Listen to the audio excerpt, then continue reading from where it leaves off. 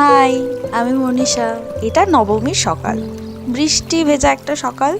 Slow morning start করলাম। ঘুম থেকে উঠতে একটু লেটই হয়েছে। এই যে ছোটদা বলছে তাড়াতাড়ি খেয়ে নে। আচ্ছা, আমার মা বাড়ি বলতে তোমরা কি জানো জানি না, আমি তোমাদেরকে আজকে জানাই।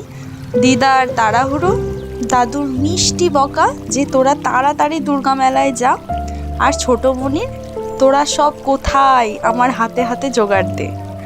আর মিস করেছিলাম আমার ছোট মেসোকে।